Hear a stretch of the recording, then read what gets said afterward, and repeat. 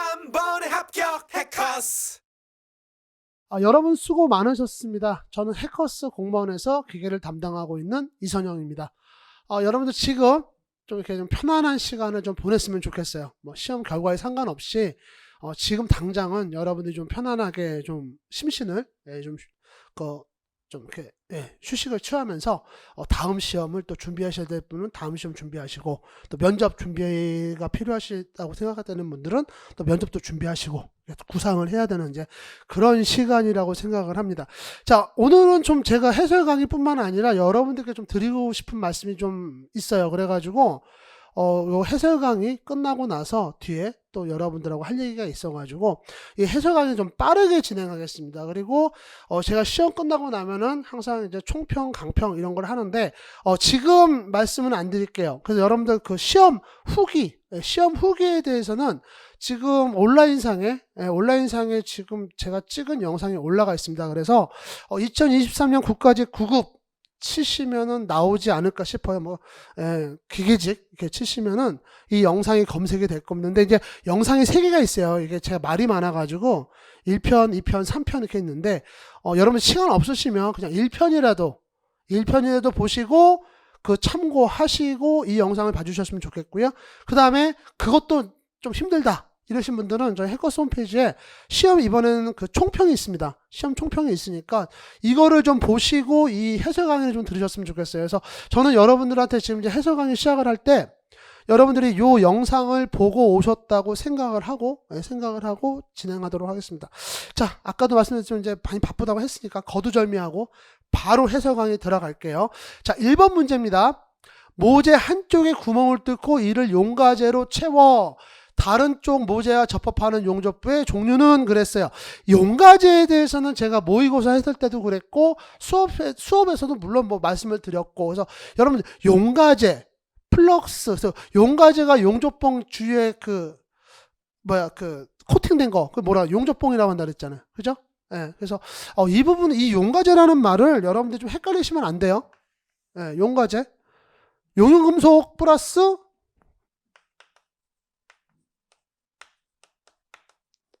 뭐겠어요? 플럭스. 그런 얘기입니다.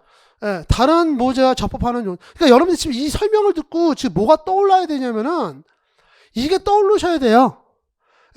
지금 용접하려고 하는 2개의 대상물입니다. 이 그림이 머릿속에 떠올라야 된다고 여러분들이. 그래서 이걸 용접을 하는데 우리가 보통은 이런 거 용접할 때 제일 먼저 우리가 쉽게 할 수 있는 방법이 이게 모서리 이렇게 빨갛게 있는 점 이런 식으로 필름 용접하는 거죠. 근데 이게 안 될 경우, 이렇게 하면 안 되거나 이렇게 했을 때 내가 좀 쪽팔려. 그러면 어떻게 하면 되냐? 구멍을 내 가지고 여기다가 접합하는 거예요. 그러면은 필렛 부위가 용접 부위가 외부로 돌출이 안 되죠. 여기다가 여러분들 용접물, 그러니까 요 용가재를 갖다 여기다 딱 채운 다음에 나중에 우리 그라인더 같은 거 밀잖아요. 깜짝 같습니다. 깜짝 같아요. 정말로. 이게 플러그 용접입니다. 우리가 지금 여러분 이해가 안 가시면 우리가 집에서 전기용품 꽂는데 뭐에 어디다 꽂나? 플러그에 꽂는다고 하잖아요. 돼지코. 그죠? 구멍 2개. 그것도 구멍 2개는 아니고요. 하여튼 플러그 용접. 이게 플러그 용접입니다. 이게 플러그 용접이고, 플러그 용접을 갖다가 말로 지금 풀어서 설명을 해주고 있어요. 그래서 답은 플러그 용접이고, 나머지 비드, 그루브. 여기서 여러분들 이번 시험에서 이 보기가 처음 나왔어요. 덧살 올린 용접이라고 나왔는데, 요거는 제가 좀 이따 설명을 할게요. 요거 재밌습니다. 요 내용. 나 이거 공무원 시험에서 이게 나올 줄 몰랐네. 이게 일단 비드 용접은 이거요. 양쪽에 모재가 있으면 비드로 붙이는 거예요. 비드로 붙이는 게 비드 용접이고, 이것처럼 똑같아요. 지금 이게 비드죠? 이거 비드입니다. 그 다음에 그루브 용접은 뭐냐면 이거는 비드를 채우느냐 안 채우느냐 그 문제가 아니라 모재를 붙이는데 원래는 모재가 이렇게 돼 있었을 거 아니에요. 그죠? 거기다가 좀 더 잘 붙이라고 용접 효율, 용접 작업성을 향상시키기 위해서 못따기를 해주는 겁니다. 이렇게. 이걸 갖다가 뭐라 그래? 이걸 그루브라고 그래요. 이걸 그루브라고 합니다. 근데 저는 잘 이해가 안 가는 게, 쓸데없는 얘기 하지 맙시다. 오늘 좀 바쁘다고 말씀드렸죠? 지금 제 입 돌아가는 거 보면 지금 바쁘다는 거 느껴지죠, 여러분들? 이게 그루브 용접입니다. 근데 덧살로 용접 여기 지금 참고되어 있는데 여러분들 쓰고 싶은, 이거 지금 영상 잠깐 멈춰놓고 쓰고 싶으신 분들은 쓰세요. 괜찮습니다. 덧살 올림 용접 같은 경우는 이게 용접이잖아요. 말 그대로 용접이잖아요. 근데 이거는 엄밀히 말하면 여러분 용접 방법으로 뭘 하는 거다? 수선, 보수를 하는 거예요. 이건 보수 작업입니다. 이게 무슨 소리냐면은, 우리가 이제 우리 포크레인 같은 경우 여러분 정말 포크레인 이거 진짜 많이 합니다. 포크레인 우리 그 옆에서 봤을 때 삽이라고 해야 되나? 이거 뭐라 그러지? 이거 홉. 이 홉 보면 요렇게 생겼잖아요. 홉이. 요렇게 생겼죠. 홉이. 그죠? 그다음 여기 이빨이 이렇게 나와 있잖아요. 그죠? 근데 여러분들 이게 공사 현장에서 이거 많이 쓰다 보면 어떤 현상이 발생하면 여기가 마모가 돼요. 아시죠? 마모가 되고 그다음에 요런 데도 요런 데도 좀 뭐라 그럴까 좀 암석이라든가 그러니까 그 건설 현장에 투입되다 보면 그런 것 때문에 여기 막 쪼가리가 날아가고 막 이래요. 이빨이. 그래서 요런 것들은 어떻게 하느냐? 이 덧살 올린 용접으로 파손된 부분만 쌓아 올려서 형상을 복원하는 겁니다. 그래서 이거는 형상 복원이에요. 물론 형상 복원하면서 강도 보강도 되는 거죠. 그죠? 형상 보강, 강도 보강 이렇게 되는 거예요. 그래서 얘는 뭔가를 붙이려고 하는, 물론 이제 붙일 수도 있겠지만 주는 뭐다? 덧살 올린 용접 같은 경우는 보수 작업이다 이렇게 보셔야 돼요. 그게 이번에 보기에 딱 나왔더라고요. 그래서 저도 이제 평소에 수업하다 보면 이거 설명할 일은 없죠. 이렇게 문제가 나오니까 또 설명을 드렸는데 어쨌든 답은 2번입니다. 1번. 자, 2번 문제 들어가도록 할게요. 이거 여러분들 좀 힘들었을 수 있었을까 싶을 정도로 너무 정직한 문제가 나왔어요. 이 문제는. 그러니까 우리 이번에 기계 일반이 좀 여러분들 많이 힘들었을 거예요. 압니다. 그 뒤에서 설명을 왜 그랬고 여러분 어떻게 그걸 대응을 앞으로 해야 될지 이 부분에 대해서는 뒤에 설명을 할 테니까 일단은 그냥 들으세요. 굉장히 그나마 이게 좀 정직한 문제였었어요. 헬리컬 그 기어에 대한 설명으로 옳은 것을 찾으래요. 일단 여러분들 이런 거 딱 나오면 긴가민가 하죠? 앞에 맨 먼저 답이 나오니까. 그렇잖아. 그럼 나머지를 볼까요? 뭐뭐가 틀렸는데 보겠죠. 스퍼기어에서 모듈은 기어의 일수를 피치원 줌으로 놔둔 값이다. 지금 시험장 가셨어요. 여러분들 시험장 가셨고 내가 공무원이 되겠다고 가셨어. 그것도 기계직을 하겠다는데 이거를 여러분들 많이 헷갈렸다. 그러면 공부를 많이 더 하셔야 돼요. 솔직히 말씀드리면 자 이것도 여러분들 지금 말로 풀었지만 이걸 공식으로 가게 되면 모듈 값은 뭐 나누기 뭡니까? PCD 나누기 이빨수 딱 했죠. 근데 여기서 보시게 되면은 모듈은 기어의 일수를 피치원 지문 나눴다 바꿔서 설명하고 있죠? 아니죠. 자, 하이포이드 기어는 두 축이 수직이고 주축이 서로 교차하는 경우에 사용하는 기어다. 사이클로이드 치형은 원통의 관계실을 팽팽하게 잡아당기면서 풀어나갈 때 실의 한 점이 그림 궤적 같던. 이번 시험에서 여러분 이게 특징입니다. 답은 쉬워요. 근데 그 주변을 감싸고 있는 애들이 굉장히 번잡하고 굉장히 어렵게 나왔습니다. 여러분 이런 말 나오면은 여러분들이 그러니까 이 자체가 어렵다는 게 아니라 말이 여러분들이 어헉하는 왠지 이게 답 같은. 근데 여러분들 다 배웠단 말이야. 자, 그 보시게 되면은 하이포이드 기어부터 볼게요. 일단 헬리컬 기어는 이제 아까 그 답이랑 두 축이 평행하니까 이렇게 가고 이건 다 알고 두 축이 평행 대신 뭐야? 이빨 저기 뭐야? 이가 지금 비틀어져 있는 그것만 다른 거잖아요. 자, 우리 하이포이드 기어가 이겁니다. 맨 밑에 있는 그림이에요. 저는 이 해설 강의하려면 이거 해설지 만드는 것보다 이 사진 구하는 게 더 힘들어요. 이 저작권 없는 거. 그래서 그나마 지금은 좀 강의를 해서 이런 저작권 없는 사진들을 제가 이렇게 데이터베이스에 해놓고 없는 건 내가 도면으로 직접 그리고 하니까 더 괜찮은데 예전에는 정말 이 그림 찾기가 너무 힘들었어요. 그래서 지금은 여러분들 그나마 좀 직관적으로 보는 겁니다. 이게 하이포이드 기어예요. 보시게 되면 하이포이드 기어 같은 경우는 두 축이 만나면 교차를 합니까? 안 합니까? 안 하고 있죠. 이거 여러분들 그 교재 뭐 저랑 같이 공부하신 분만 아니라 해설 강의는 지금 저랑 같이 공부 안 하신 분들도 보시니까 여러분들 교재 혹시 이거 하이포이드 그림이 많이 없다 그러면은 어디서 여러분들 사진에서 캡처해가지고 출력해서 붙여놔도 놓으세요. 이거 시험지 진짜 잘 나오잖아요. 얘는 하이포이드 기어의 그 특징이 이거잖아요. 두 축이 수직이고 두 축이 교차하지 이거 저기 수직이고 여기까지 맞습니다. 두 중심축이 서로 만나지 않는 요거까지 들어가면 딱 요것도 맞는 설명이에요. 딱 그런 케이스입니다. 이게 하이포이드 기어예요. 자, 그 다음에 나머지 베베 기어가 있는데 베베 기어도 두 가지가 있습니다. 그 배배 기어가 두 가지가 있어요. 이거 다음에 혹시 몰라서 다음 나올까봐 해서 지금 말씀드리는 김에 설명을 드리는 겁니다. 이런 거 체크 잘 해놓으세요. 진짜로. 여러분들 이번 시험에서 제가 뭐 강사가 설명하는데 내가 설명한 거 다 나왔잖아 이러면은 되게 쪽팔리다고 생각해요. 왜냐면은 당연하지. 강사가 떠든 데서 문제가 나와야지. 그거 안 나오면 그게 비정상이지. 근데 정말로 제가 얘는 하면서 이거 하는 김에 이런 식으로 하는 김에 막 설명했던 그런 데서 문제가 기계 설계에서도 그렇고 기계 일반에서도 그렇고 툭툭툭 나왔어요. 제 입장에서 어떻게 했어요? 그때 진짜 막 이거 중요하다고 막 강조를 할 거야. 그게 못한 거죠. 왜? 나도 모르니까. 여러분이랑 나랑 똑같아요. 시험 끝나고 나면 여러분들이 시험을 잘 보고 지금 이걸 시험 잘 봤으면 안 보겠지? 시험에서 좀 자기가 그 성적이 원하는 성적만큼 안 났으면 이걸 보시든가 아니면 내년 시험을 준비하시는 분이 보실 텐데 시험 끝나면 여러분들 심정하고 내 심정은 똑같습니다. 저도 이제 그 마음을 갖고 이 자리에 쓰는 거예요. 어쨌든 스파이럴 베베기어, 제럴 베베기어 나오는데 여러분 딱 보세요. 뭐가 달라요? 얘는 구멍 뚫려 있고 얘는 구멍이 4개. 그게 아니에요. 이건 상관없고 뭐가 다르냐면 이 사진만 봐가지고는 모릅니다. 어떤 설명이 들어가면 제럴 베베기어 같은 경우는 얘네가 지금 기어 2가 이렇게 비틀려져 있죠. 얘도 비틀려져 있는데 제럴 베베기어 같은 경우는 비틀림 각도가 중앙에서 요 기어나 이 기어에서 이 중앙에서 비틀림 각도가 제로가 됩니다.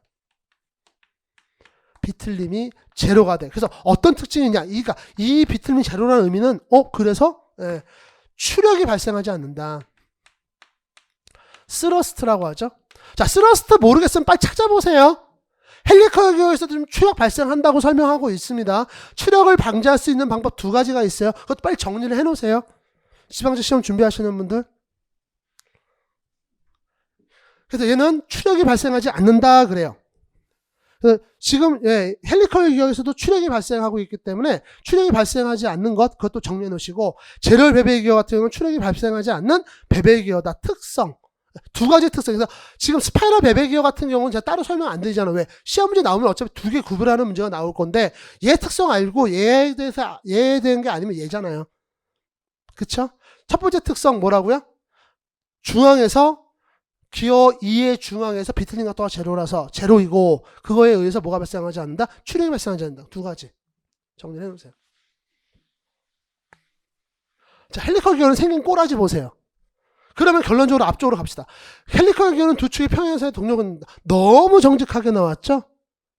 이거 지금 몰라도 되죠? 자, 그럼 사이클로이드 치형 봅시다. 여러분 지금 여기서 설명하고 있는 건 뭐야? 궤적과 같다. 그러니까 앞에 있는 거 여러분들 지금 이걸 다 외우려고 하지 말란 말이야. 지금 자꾸 시험 끝나면 이거 외우면 되나요? 달달달달 외우면 되나요? 달달달달 외울 수 있어요? 외울 수 있다 칩시다. 그럼 국어, 영어, 한국사 어떻게 할 겁니까?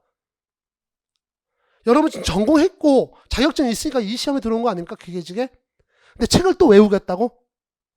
그러면은 앞에 있는 아까 말씀드렸지 그 시간에 국어, 영어, 한국사는 어떻게 하실 건데? 그것도 자신 있습니까? 그럼 외우세요. 근데 제가 분명히 말씀드려요. 이제 앞으로 공무원 시험, 군무원 시험 같은 우리 임용 시험, 또 공기업 시험에서 외워서 가시는 분들 이제 더 이상 재미 못 봅니다. 성적이 안 나오진 않아요. 그나마 나오긴 하는데 노력한 만큼 안 나옵니다. 이제 절대 안 나옵니다. 자, 사이클로이드 치형 보세요. 제가 이거 알려드릴게요. 자, 지금 문제에서 설명하고 있는 거는 인벌유트 곡선을 설명하고 있어요. 물론 걔가 틀린 설명이겠죠. 그러니까 답이 1번이 됐겠지. 근데 문제 뭐냐? 여러분 이걸 다 외우시려고 하는 거냐? 나도 못 외우는데? 여러분들 이런 거예요. 인벌유트 곡선에 항상 문제 나올 때 항상 설명을 할 때 뭐라고 하냐? 얘는 한 점이 그리는 뭐야? 궤적이라고 나와요. 궤적이라고 나온단 말이에요. 사이클로이드 측선은 한 번에 어쩌고저쩌고 지랄 해가지고 나오는 게 뭐야? 자취를 낳나요. 자취. 궤적하고 자취는 어떻게 다릅니까?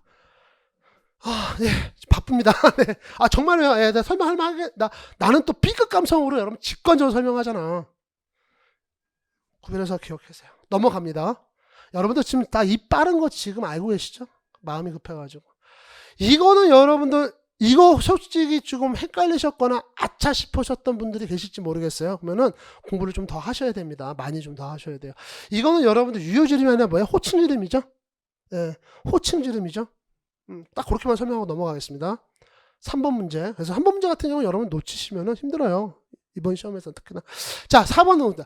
펌프 운전 중에 토출량의 변동이 발생해 흡입, 토출, 배관, 주기적인 진동과 소멸 등등. 이건 여러분들 공동화 현상으로 많이 이번에 찍은 것 같아요. 그러니까 그냥 이런 문제 나오면은 그냥 공동화 현상이야. 잘 모르니까. 근데 써진 현상입니다. 자, 써진 현상에 대해서 한번 요거는 자 정리를 했어요.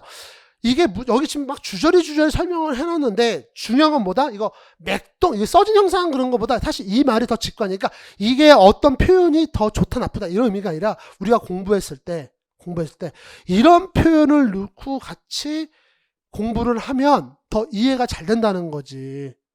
내가 그래서 말씀드린 거지. 이게 무슨 소리냐면은 우리 피스톤 펌프 같은 경우 여러분 딴 거 필요 없습니다. 딴 거 필요 없고 주사기 생각하세요. 주사기가 이렇게 있고 여기 앞에 나가는 노즐이 있잖아요. 그렇죠? 그러면 여기다가 물호수가 연결됐다고 우리 가정을 합시다.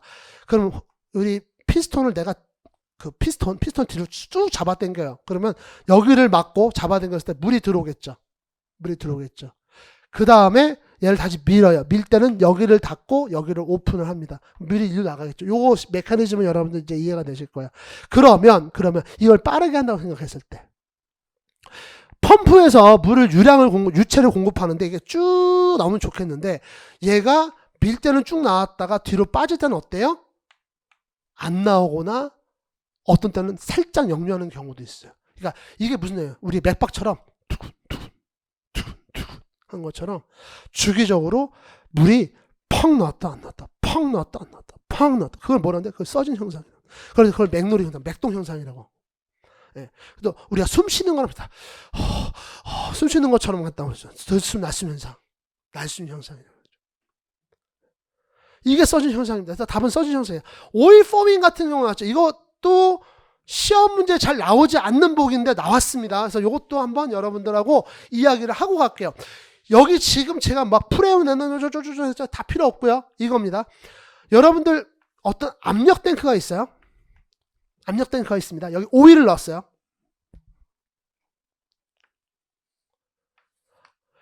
근데 그거 그냥 가만히 있는 게 아니라 압력을 가했어요. 여기가 지금 압력이 꽉 차 있습니다.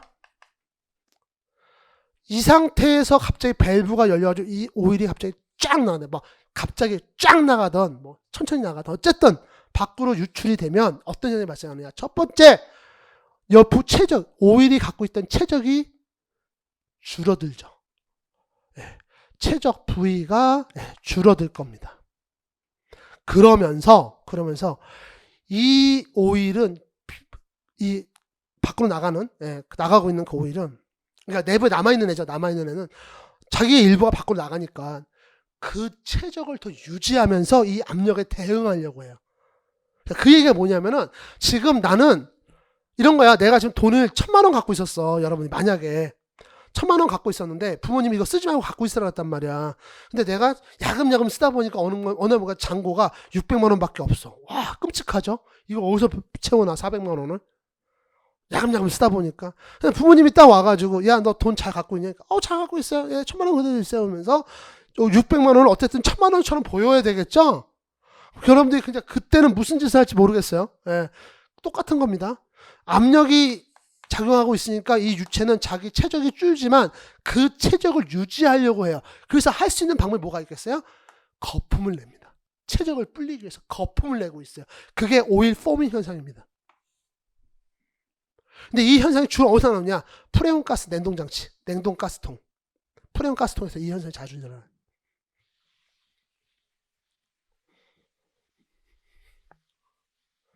그 얘기를 하는 겁니다. 그 얘기를 하는 거예요. 저도 이렇게밖에 못 써요. 여기다가 뭐 썼는데 오일이 자기 몸뚱이에서 나가는 만큼 채우려고 거품을 내고 있어요. 이렇게 하면 좀 없어 보이잖아요. 명색의 기계 강사가. 아닌가? 이미 다 없어 보이나? 여러분들한테는. 갈게요. 5번입니다. 알루미늄 합금에 대한 설명으로 옳은 것은 그랬습니다. 옳은 것. 그러니까 지금 앞에 설명 안 했네. 여러분들 지금 제가 이렇게 설명 쭉 하면서 뭐 옳은 것은 옳지 않은 것은 없잖아요. 옳은 것은 하면은 동그라미 좀 치고 가십시오. 이번에도 실수하신 분들 뭐 꼭 기계뿐만 아니라 전반적으로 옳은 것은 골라라 그랬는데 틀린 걸 고르고 틀린 걸 고르세요. 그러니까 옳은 걸 마킹해가지고 하시면 이런 분들 많이 있더라고요. 지금 올라온 글들 보니까 많이 있습니다. 그러니까 여러분들은 최소한 기계직에서는 이걸 방지해요. 이런 일을 하면 안 되잖아요. 뭔 새 기계인데 이렇게 동그라미 쳐놓고 가시면 됩니다. 동그라미 쳐놓고 가십니다. 하면 옳은 걸 고르래요. 그래서 옳은 게 뭘까 딱 봤더니 얘래요. 초두랄미 시효경화 나왔습니다. 근데 여러분 초두랄미 있어도 좀 헷갈렸으나 그냥 두랄름이 나왔으면 아주 깔끔했을 거예요. 제가 예전에 설명할 때도 물론 제 강의 안 들으셨으면 뭐 못 들으셨지만 괜히 폼 잡느라고 여러분들 두랄루민 같은 심장으로 뭐, 내가 그 얘기를 왜 했는지 쪽팔려. 근데 어쨌든 근데 여러분 1번 같은 경우는 그냥 이거는 여러분들이 이 실루민이 뭔지 몰라도 알루미늄 합금이 뭔지 몰라도 주조용 알루미늄 합금이잖아. 그럼 강도가 높겠어요? 낮겠어요? 우리 주철은 너무 단단하니까 가공이 잘 안 되잖아요. 그래서 가공성을 향상시키는 연성과 전성을 향상시키는 주철이 따로 나오잖아요. 그걸 가단 주철이라는. 가단 주철. 이 의미가 뭐예요? 가능하다. 뭐가? 단조가. 그 의미예요. 가능하다. 단조가. 얼마나 단단하면, 얼마나 잘 깨지면 이런 말을 붙여놓잖아요. 또 단단하게 잘 깨지겠죠? 잘 깨지지 말라고 그 입자를 동그랗게 만든 건 뭐래? 구상의견 주철. 그 다음에 겉은 좀 단단한 게 좋긴 하는데 이게 너무 단단한 게 아니야. 내부는 좀 좀 연했으면 좋겠어. 그래서 막 거예요. 실드 주철. 신나죠? 근데 보세요. 주물용인데 절삭성이 좋다? 좀 뭐 이상하지 않아요? 마치 이런 거 아니에요? 난 술을 먹었는데 운전을 하지 않았다. 그런 느낌 아니에요? 자, 내신용 알루미늄 합금은 여기다 뭘 막 넣었대요. 내실성을 높였대. 내신용 알루미늄, 이거는 일단 제껴놓은, 이거는 삼각형. 자, 알루미늄 합금의 구릴, 여기서 첨가한 다이캐스팅 합금이면 알클레이드가 있다. 잘 모르겠다.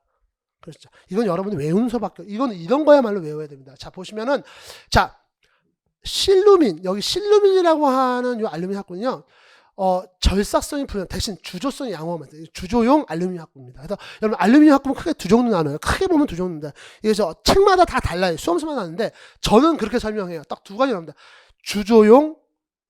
주조용과 단조용. 단조용 그러면 그냥 소송 가공용이에요. 근데 얘는 주조용입니다. 알루미늄 합필수. 대신 얘는 시효경화성이 없습니다. 이게 가장 큰 특징이죠. 그 다음에 내신용 알루미늄 합금이 나왔는데 요 두 개 다 내신용 알루미늄 합금에 대한 알클레드 여기 들어가 있어요. 알클레드 여기 들어가 있습니다. 요거 정리해 놓으십시오. 이번 문제에서 이거 정리해 놓으십시오. 내신용 알루미늄, 그러니까 알루미늄 합금도 굉장히 종류가 많은데 최소한 내신용 알루미늄 합금에 대해서는 따로 이렇게 정리를 해 놓으세요. 그리고 중요한 건 뭐냐, 하이드로 알루미늄 말고는 다 앞에 알자로 시작하죠. 그 얘기가 뭐냐면 알루미늄에다가 뭘 섞었다는 얘기야. 뭘 섞었다는 얘기입니다. 그래서 망간 섞으면 알민. 그 다음에 알드레이 하면 이제 마그네슘하고 규소. 알클레드 하면은, 두랄루민, 이거 중요합니다. 알클레드는 두랄루민에다가 피복한 거, 알루미늄 피복을 한 겁니다.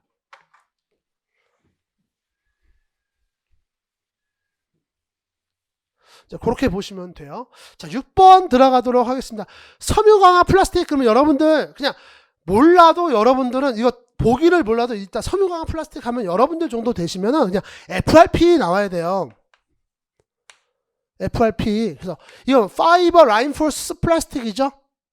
파이버 라인포스 플라스틱이고 여러분들이 이거 맨날 제가 막 강하게 설명을 안 하는 게 너무 이건 많이 알아.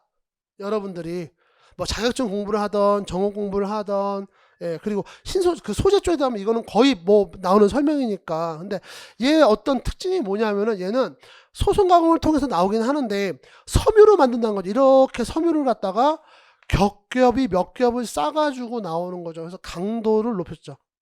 굉장히 강성이 높은 애죠. 그러면서 충격도 강하고 그런 특징이 갖고 있습니다. 자, 그런데 이 섬유에서 옳지 않은 것을 고려해요. X자 딱 쳐야 되겠죠. 답은 뭐예요? 섬유를 한 방향으로 그러니까 이게 섬유가 들어가는 겁니다. 이 파이버를 여러분 섬유로 보시면 돼요. 파이버를 섬유다. 뭐 유리, 탄소 섬유다. 근데 그건 둘째 치고 그냥 섬유예요. 한쪽으로 정렬하면 소재의 이방성이 감소한다 그랬어요. 자, 이게 무슨 소리냐면은 이거를 얼기설기 놓지 않고 한쪽 방향으로만 이렇게 놓고 또 그 다음 겹은 이런 식으로 놓고 또 그 다음 겹은 이런 식으로 놓고 한 겹으로만 쌓는 거예요. 그러면 봐봐요, 여러분들. 이걸 우리가 철사라고 봤을 때 위에서 압력이 돼요. 그러면 양쪽으로 퍼지고 앞뒤로 길이 방향으로 늘어나고 이게 똑같았습니까? 다르겠습니까? 다르겠죠. 그러면 그렇게 다르게 늘어나는 성질을 뭐라고 그래요? 우리는 재료의 이방성이라고 얘기하죠. 재료의 이방성. 이거랑 반대되는 말. 반대 개념 뭐예요? 등방성 또는 정방성. 예, 요거 여러분들 요거 의미부터 알고 계셔야죠. 이제 시험 보실 분들인데 이방성이 감소한다. 이방성이 더 커지죠. 증가를 해봐야 되죠. 그러니까 여러분들 지금 FRP 섬유강화 플라스틱 아차 뭐 나 이거 안 봤는데 그렇게 있을 게 아니에요. 일단 들어가서 보기를 보세요. 예, 나머지는 여러분이 못할 수 있어요. 저도 이 문제 딱 보는데 섬유를 한 방향으로 정렬해서 이방성인데 이거 그냥 이거는 너무 직관적으로 해서 답을 딱 치겠는데 나머지는 나도 몰라요. 얘는 1번은 알지. 그러면 2번하고 4번은 저도 모르겠더라고요. 나도 몰랐어요. 그러니까 여러분들 우리가 제가 늘상 드리는 말씀이 두 가지가 있죠. 시험장에서 하면 좋을 것 좀 팁이라고 드리는 거 두 가지가 뭐예요? 하나는 찍더라도 여기서 정말 때려 죽여도 아닌 것 같은데 두 개는 걸러내 그런 노력을 하자. 아니면 하나라도 걸러내자. 그러면 확률이 25%에서 50% 아니면 뭐 예. 하나라도 걸러내게 되면은 뭐 예. 30% 늘어나니까 그렇게 하자. 이런 말씀을 제가 드리잖아요. 또 한 가지가 뭐냐면은 속어법. 그러니까 내가 이게 답이라고 확신은 못해. 이게 확실하게 답이라고는 몰라도 아닌 것 같은 애들 잘라낼 수는 있지 않냐 이런 얘기를 하는 거죠. 그리고 또 한 가지 다른 애들이 아니니까 얘가 답이야 이렇게 갈 수도 있는 거 아닙니까? 얘 정말 아니죠. 그러니까 얘가 비스무리한데 야 얘가 정말 답이야. 내가 이걸 알 수 있어. 이건 내가 정말 답이야. 그럼 나머지가 답이 아니구나 이게 찾아낼 수 있는 거죠. 그렇게 여러분들 좀 접근해 주면 좋겠어요. 속 편하게 갔으면 좋겠어요. 여러분들이 제가 늘상 드리는 말씀이 아까 그 두 가지하고 또 하나가 뭐예요? 현장 대응 능력을 길러야 된다는 말씀을 자꾸 드리잖아요. 공무원 시험장에 여러분 다 책을 외워서 가면 그걸 외워서 가면 다 풀 수 있을 것 같습니까? 넘어가겠습니다. 7번 문제. 이건 제가 핸들링 안 했어요. 이건 제가 핸들링 안 했던 문제고 저 역시도 좀 당황했습니다. 당황했는데 저는 딴 거 몰라도 요거는 기억했어요. 요 식을 기억하고 계신 분들은 뭐 좀 그것도 어려울 수 있어. 이게 뭐냐면은 지능력 선도에서 우리 SS 선도죠? SS 선도에서 이겁니다. 이거 SS 선도하고 여러분 같이 기억하셔야 돼요. 이쪽이 변형률이고 이쪽이 응력입니다. 그래서 우리 그냥 공식 응력 같은 경우 이런 식으로 그래프가 나왔죠. 근데 우리 지능력 진변형률 같은 경우 쭉 가다가 이렇게 나왔단 말이에요. 그래서 요 곡선이 어떤 관계에 있냐? 이게 지금 요 관계에 있다는 거죠. 요 관계에 있습니다. 그래서 K는 강도계수, 지수 N은 변형 경화지수. 이 함수 관계에 있다는 거예요. 두 함수 관계 맞죠? 같은 공간 좌표 하나 있으니까 함수 관계를 만들 수 있죠. 그래서 이 면적을 뭐라고 한다? 그걸 갖다가 에너지다 이렇게 보고 있어요. 그걸 또 우리 에너지 이렇게 설명하고 있습니다. 자, 그래서 요걸 갖다가 이제 적분을 해야 되는 거예요. 언제부터 어디가? 0부터 2까지. 0부터 2미의 2까지, 변형률까지 적분을 하자. 이게 그러면 이렇게 가야 되겠군요. 이렇게 가서 이렇게. 여기부터 여기까지. 이렇게 가야 되겠네요. 네. 그럼 요 공간을 적분하자. 정적분. 네, 정적분. 면적을 구하자. 정적분은 면적을 구하는 거예요. 자, 면적을 구하니까, 자, 이 식이 그대로 온 겁니다. 저희 와가지고, 요게 지금 시그마가 요 식으로 바뀌어서 여기 딱 들어온 거예요. 시그마가 들어온. 그럼 보세요. K는 상수죠? 강도 계수니까 얘는 상수란 말이에요. 앞으로는 빼집어 낼 수 있어요. 얘는 영향을 안 받으니까. 끄집어 냅시다. 끄집어 냈어요. 그 다음에 이제 EN. 2의 n승 요거 하나 남죠. 변형 경화지수가 들어가 있는 변형률만 남습니다. 그럼 이거에 대해서 적분해 주시면 되죠. 이거 적분 못 하시는 분도 있습니까? 정적분 못 하시는 분 없잖아요. 예. 정적분 했더니 이렇게 나오고 예. 여기다 K를 맨 나중에 다시 한번 곱해 주면은 바로 답 4번이 나오는 겁니다. 이게 4번 나오는 거예요. 요거는 좀 아쉽지 않아요? 예. 그냥 그러려니 하세요. 그러려니 하세요. 예. 뭐 이런 거 나올 수도 있지 뭐. 예. 여러분들 이거 공무원 시험 이거 기계에서 다 맞으려고 그랬어요? 아니죠? 예. 이런 거 그러려니 하세요. 허허 이러면서 예. 쉬운 걸 맞춰야죠. 남들 다 맞추는 건 다 맞춰야죠. 그죠? 자, 주형 봅니다. 주형 안에 두 줄기 용탕이 한 점에서 만날 때 완전히 융합되지 않아서 경계가 생기는 주물 결함은 나왔습니다. 여러분 주물 결함은 제가 좀 부탁을 드릴게요. 여러분 다른 거 소송 가공에서도 결함이 나오고요. 특히 아변 같은 경우도 그렇고 그 다음에 절삭 가공에서도 공구에 생기는 결함과 공자문에 생기는 결함이 서로 다릅니다. 그 내용들은 굉장히 직관적으로 쉬워요. 시험 문제 안 나옵니다. 얘는 시험 문제 잘 나와요. 일단 말 자체가 어려워요. 말 자체가 어렵고 그 다음에 다른 거랑 섞어놓기가 좋아요. 다른 거랑 섞어놓기가 좋습니다. 그래서 나오는 거니까 여러분들 좀 소송 가공 섞어놓기가 좋고 그래서 보시면 되는데 답은 콜드샷이죠. 자, 여러분들 이게 지금 설명이 책마다 다 다르고 여러분 인터넷 검색해 보셔도 설명이 조금씩 다 달라요. 근데 중요한 건 뭐냐면은 이거예요. 그러니까 이 메커니즘 자체를 좀 이해를 좀 하셔야 되는 게 주형이 있어요. 주형이 있습니다. 자, 쇳물을 갖다가 들어붓는데 내가 이런 형상을 만들려고 해요. 쇳물을 부어 여기 좀 채우려고 해요. 근데 쇳물을 붓는데 이게 쇳물을 천천히 붓는다 생각하면은 들어가서 밑에 있는 애는 벌써 굳어가고 있는데 위에서 쇳물은 계속 내려와. 그러면서 상변화에 의해서 그 경계층이 물결처럼 보이는 거야. 그걸 뭐라 그래요? 콜드샷이라고 하는 거죠. 그러니까 이렇게 설명하는 책들도 있고 앞에 가던 용탕과 뒤에 따라오는 용탕의 온도 차이에 의해서 발생한다라고 설명하는 애들도 있습니다. 여러분들이 어떻게 그럼 정리하면 좋겠어요? 직관적이고 예, 아주 딱 필요할 때마다 꺼냈을 수 있는 그런 정리 뭐가 있을까요? 저는 이렇게 생각합니다. 앞뒤의 온도차, 앞뒤의 온도차. 뭐의 앞뒤? 용탕의 앞뒤 온도차. 이렇게 정리하면 어떨까 싶어요. 나머지 편석 계제물은 여러분들이 또 따로 정리를 좀 해주시고요. 자, 넘어가도록 하겠습니다. 9번이에요. 센터레스 현상에 대한 설명은 옳지 않은 것은 나왔는데 다 맞고요. 고도로 수련된 작업자가 필요 없다. 고도로 수련된 작업자가 필요 없는 것까지가 여러분들 이 센터레스 현상입니다. 그래서 여기 지금 고도로 수련된 작업자가 필요하다라고 나온 거는 틀린 설명이에요. 왜 그러냐면은 센터레스 현상기는 여러분들 공작물을 올려놓고 공작물을 기계 안에다 올려놓고 뭔가 맞추고 그럴 일이 없습니다. 그냥 올려만 놓으면 지가 알아서 깎아서 축방향으로 쭉 이동하면서 나갑니다. 그러니까 실제로 여기 있는 그 작업자는 하는 일이 공작물을 올리고 나가면 다시 올려주고 물론 이제 설비도 보긴 해야 되겠지만 그래서 상대적으로 다른 연삭기 같은 경우는 여러분 그 위치 맞추고 조종하는 게 쉽지 않아요. 쉽지 않습니다. 근데 이제 센트레스 연삭기 같은 경우는 그나마 다른 거랑 비교했을 때 쉽다 이렇게 우리가 설명하고 있고요. 혹시 센트레스 연삭 방법이나 연삭기에 대해서 정리 안 되신 분들은 요거 잠깐 멈춰주시고 요걸로 정리해 놓으시면은 일단 급한 불은 끄실 수가 있습니다. 넘어가도록 할게요. 여러분들 이 문제 같은 경우는 내가 솔직히 얘기할게요. 여러분들 이거는 외워서 갈 게 아닙니다. 외워서 갈 게 아니라 이 표를 여러분들이 이해를 하고 계셔야 돼요. FC 상태도죠. FC 상태도고 이 표에서 여러분들이 연관해서 생각하지 않으면 좀 어렵습니다. 어려워요.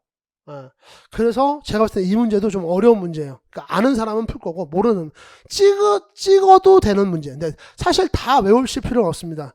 왜냐하면 여기 지금 보게 되면은 가, 나, 닭 세 개를 채워야 되잖아요. 근데 앞뒤를 줬어요. 알파 시멘타이트 그냥 시멘타이트 앞에 줬고 맨 끝에가 액상이에요. 그러면 알파 시멘타이트니까 알파에서 뭐 거쳐서 가는구나. 그럼 가운데가 뭐가 되겠어요? 지금 감마가 나왔잖아요. 감마가 3개가 셋 중 하나겠죠. 얘는 빼버리고 그죠? 예. 근데 여기 지금 감마 시멘타이트 두 개가 나왔잖아요. 예. 감마 시멘타이트 나왔고, 그 다음에 위에 보면 알파 나왔잖아요. 그러면 이 중에서 이 셋 중에서 뭐가 되겠어요? 얘가 두 개가 있으니까 둘 중 하나겠죠. 그러면 1번, 2번 둘 중에 하나가 되겠죠. 지금 제 말 잘 들어보세요. 저도 그렇게 찍었습니다. 맞았습니다, 저는. 나번에서 지금 감마가 3개 나왔어. 설마 이걸까? 답이? 아닐 거야. 셋 중 하나일 거야. 딱 봤어요. 그랬더니 이번에는 가번을 보니까 똑같은 게 두 개 있고 하나가 다르죠. 아, 그럼 이 중에서 답이겠구나. 그랬죠. 예. 근데 더 웃기는 거. 여기 지금 액상이 나왔잖아요. 예, 액상이 나왔는데 이제 둘 중 하나 찍어야 되는데 여기서 제꼈잖아요. 왠지 얘가 정이 안 가는 거예요. 찍었어요. 맞았어요. 제가 이걸 다 기억할 거라는 생각은 하지 마세요. 예, 저도 이거 다 기억 못 합니다. 근데 전 설명을 해야 되니까. 자, 그러면 FC 상세도에서 이게 어떻게 나오느냐. 그러니까 이 문제를 풀려면 이걸 기억하고 계셔야 돼요. 아, 저 문제 어디서 본 거 같지만 가서 확인해 보세요. 똑같은 문제 그게 찾기 쉽지 않습니다. 풀었다고 칩시다. 그걸 또 기억할 수 있겠어요? 이거를 전반적으로 기억하면은 여러분 풀 수 있는 문제라니까요. 그게 지금 탄소 함유량이 아까 0.6%라고 했죠. 0.6%. 그러면 이쪽 라인이에요. 이게 가로가 지금 탄소 함유량이니까 이쪽 라인에서 맨 처음에 나왔던 게 알파 시멘타이트가 지금 이 부분을 차지하고 있는 거고, 지금 여기가 알파 고용체, 감마 고용체가 있는 부분. 알파 고용체가 있는 부분이 이 부분이고요. 맨 끝에 액상 리퀴드로 있는 거. 이 부분. 이 표를 여기에 대해서 쭉 생각하고 있지 않으면 풀 수 없는 문제. 자, 이렇게 보시면 되겠습니다. 자, 그 다음에 이제 11번인가요? 10번 끝났고 11번 보도록 할게요.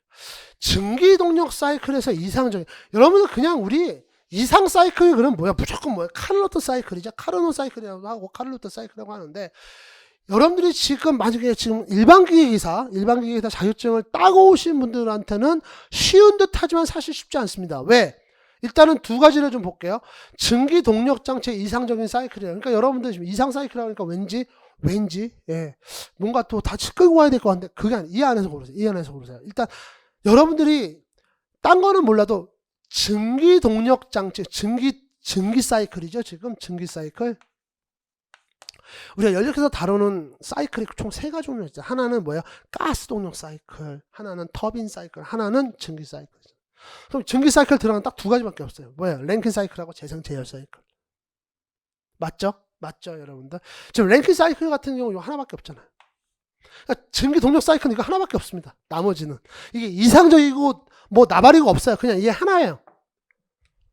디젤 오토는 뭐 증기죠? 가스 동력이죠? 예. 브레이튼 사이클 같은 경우는 가스 터빈이잖아요. 그죠?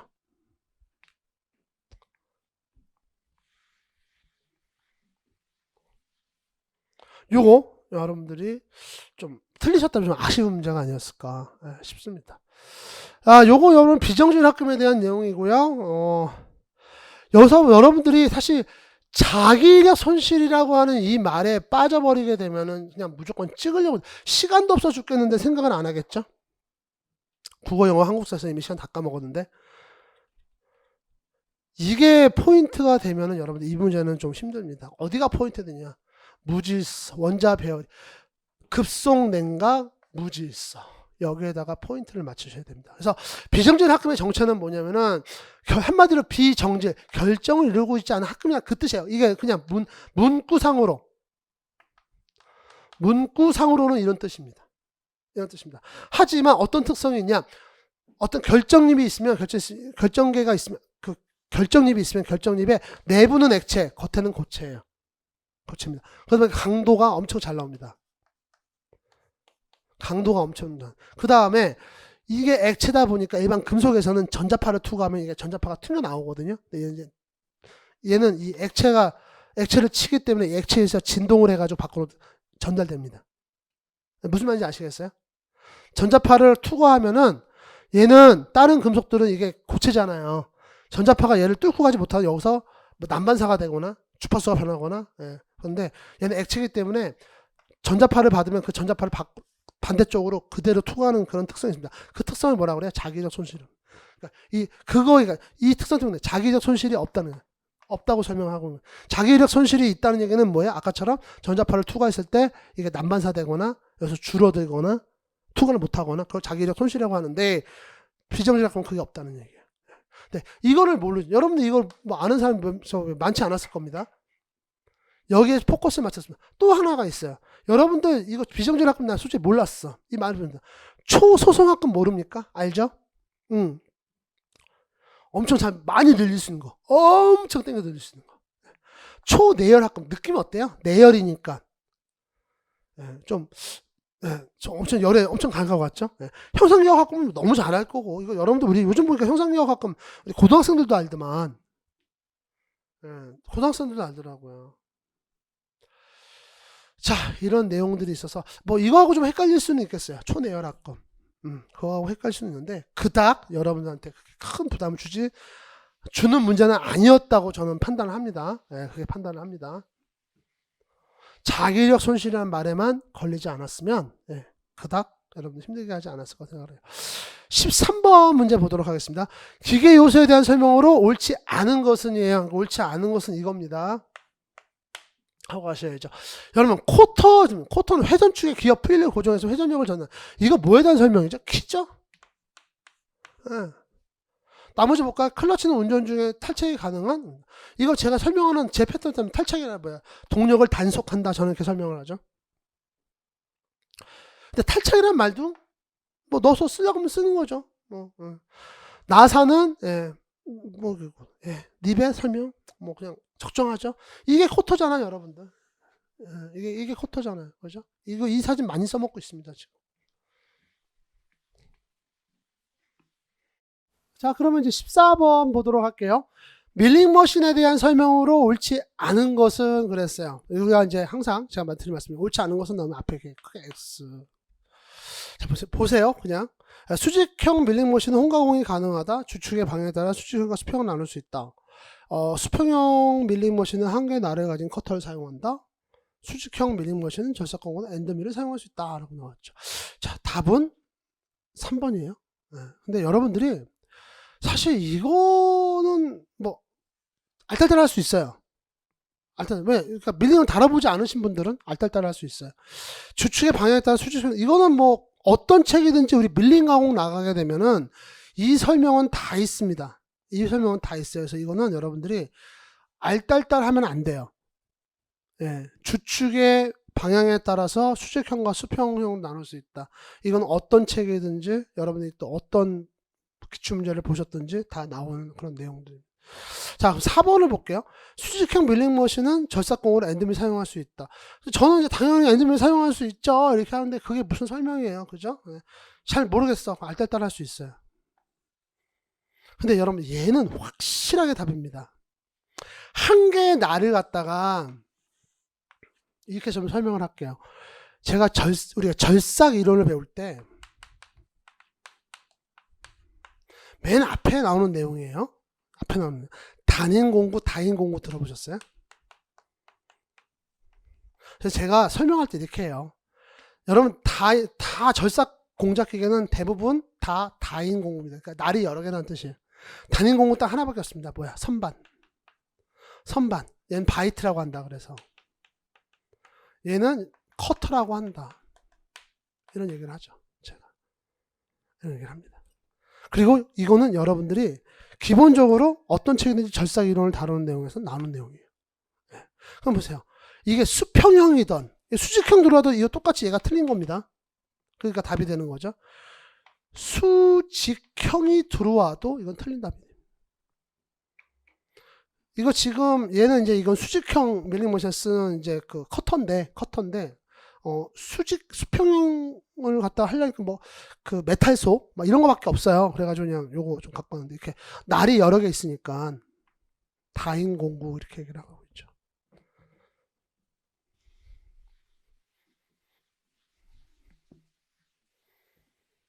딴 거는 몰라도 얘가 확실하게 답이니까. 15번 보도록 하겠습니다. 눈 매움 현상이 있어요. 눈 매움 현상. 눈 매움 현상이 발생하는 원인이 아닌 것은 그랬습니다. 여러분들 지금 2번 같은 경우는 입자 탈락 스펠링의 원인이에요. 여러분 쉐딩하고는 구별을 해놓으세요. 이거 제가 따로 설명 안 할게요. 쉐딩하고는 따로 여러분이 좀 해놓으셔야 되고. 자, 눈매움 현상이 발생하네. 그러니까 눈매움 현상, 여기는 보지 마시고, 그냥 직관적으로. 뭐, 이게 직관적으로 그런 거예요. 제가 날 딱 때렸어. 아프죠? 제가 때리니까 아프다. 그게 직관적인 거잖아요. 그죠? 자꾸 문헌적으로 여러분 외우려고 들지 말고, 직관적으로 좀 이해를 하셔야 되는 게, 자, 우리가 숫돌이 이렇게 있습니다. 입자가 이렇게 있습니다. 숫돌 입자죠? 자, 입자에 공작물의 입자가 연삭하고 난 그 뭐라 그래 분말? 네, 그게 이제 왜 낄까? 두 가지예요. 두 가지로 우리가 원인을 정리를 해놓으시면 편해요. 두 가지. 자, 두 가지가 있습니다. 두 가지. 하나는 입자가 너무 물어. 그러니까 이제 공작물이 되게 연한 공작물. 두 번째, 이거는 이제 공작물 입장이고, 숫돌이 너무 단단해. 숫돌이 단단했을 때. 이게 왜 그러냐면은, 자, 공작물이 너무 연하잖아요? 그는 입자가 빨리 밖으로 튀어나가야 되는데, 그냥 거기서 열을 받아가지고 체적 변화가 일어나면서 이 안에 들어갔다가 나오질 않습니다. 나오질 않아요. 체적 변화가. 그리고 입자가 너무 곱게 잘 갈리니까 간을 쓰 어때요? 근데 잘 끼겠죠? 그래서 연한 공작물 첫 번째고, 두 번째 숫돌이 너무 단단했을 때. 왜 숫돌이? 여러분들 이게 공작물의 입자가 밖으로 튀어나가려고 그러면, 제대로 튀어나가려면 얘도 같이 튀어나가야 돼요. 그래서 기공이 있는 겁니다. 그래서 기공이 꼭 필요한 겁니다. 숫돌에는 입자랑 얘랑 묻어서 같이 튀어나가지 않으면 입자도 못 나간다. 그러니까 로딩 발생이 좀 심해지는 거죠. 이게. 그럼 보세요. 숫돌의 조직이 너무 치밀했을 경우 맞죠? 연삭 깊이가 너무 큰 경우, 연삭 깊이가 너무 크니까 어때요? 내 숫돌 입자나 공작물 입자가 밖으로 나가지 못했죠. 깊게 들어가니까 방해하겠죠? 원주 속도가 느린 경우, 느리다는 얘기는 뭐예요? 그만큼 힘을 많이 받다는 얘기죠. 원심력이 없으니까. 여기서 원심력이 적으니까 회전 원심력.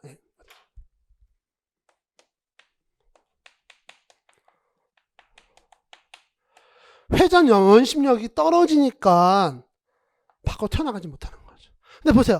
입도분화가 작다는 얘기는 뭐예요? 입도분화가 작으면 이 입자가 커요, 작아요? 입도분화가 작다.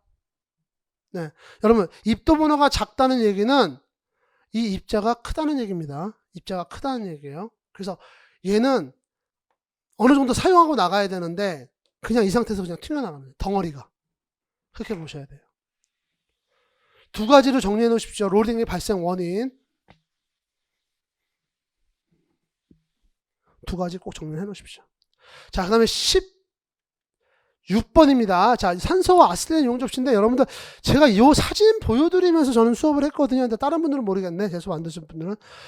일단 여러분 산소 아세틸렌 이용은 가스용 접입니다. 가스용 접이고, 저는 이거 다뤄봤어요. 현장에서 이거 다뤄도 봤고 했는데, 일단 여러분들이 이렇게 색깔로 구분한다는 걸 알고 계시니까, 그러니까 이게 지금 이거는 되게 좀 뭐라 그럴까, 좋은 통이에요.